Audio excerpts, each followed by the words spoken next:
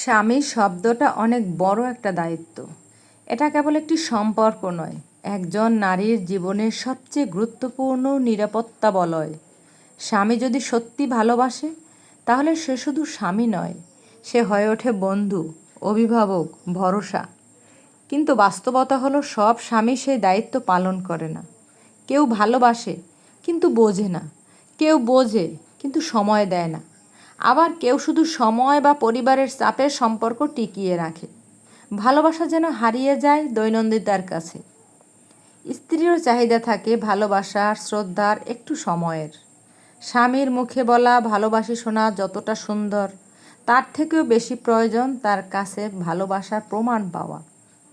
সব মেয়েই চায় একজন স্বামী যে তাকে বুঝবে, পাশে দাঁড়াবে, ছোট ছোট কষ্টগুলো মন দিয়ে শুনবে, যে রাগ করলে বুঝবে, চুপ থাকলে অনুভব করবে।